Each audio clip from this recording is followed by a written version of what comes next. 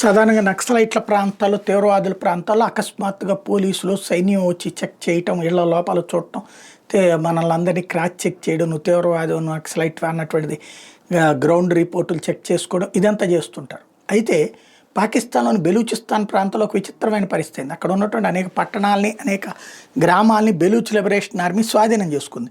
అక్కడ ఉన్న పాకిస్తాన్ సైన్యాన్ని చంపేసింది, పట్టపగలు ఉరి తీసి పడేసింది, అక్కడ ఉన్నటువంటి ప్రభుత్వ కార్యాలయాన్ని స్వాధీనం చేసుకుంది. పరిపాలన వాళ్లే నడుపుతున్నారు. అక్కడ ఉన్నటువంటి గనులు కానీ ఇవన్నిటిని కూడా స్వాధీనం చేసుకుని. అయితే పాకిస్తాన్ అక్కడికి మళ్ళీ తిరిగి స్వాధీనం చేసుకోవడానికి సైన్యాన్ని పంపితే ఇప్పటికీ 5 సార్లు అటాక్ చేశారు. దారిలోనే పాకిస్తాన్ సైన్యాన్ని కాన్వాయిలు లేపేశారు. అట్లాగే లేటెస్ట్గా హెలికాప్టర్లో వస్తుంటే హెలికాప్టర్ను కూడా పేల్చి అవతల పడేశారు. 6 పాకిస్తాన్ సైన్యం చనిపోయారు. అదంతా ఒక ఎత్తు అయితే, ఇప్పుడు ఇంటింటి తనిఖీలు చేస్తున్నారు. అంటే పాకిస్తాన్ సైన్యం కానీ లేదా పాకిస్తాన్కి మద్దతుదారులు ఎవరిళ్లలో ఉన్నా సరే వాళ్ళని ఆకస్మికంగా తనిఖీ చేయటం ద్వారా, అంటే పాకిస్తాన్ సైన్యం లేదా పాకిస్తాన్ ISI అక్కడ ఇళ్లలో చేరి ఆ తర్వాత నిదానంగా అటాక్ చేసే అవకాశం ఉందన్నట్టు సమాచారం మేరకు ఆకస్మిక తనిఖీలు చేసి వాళ్ళని పట్టుకునే కొత్త చర్యలకు దిగింది.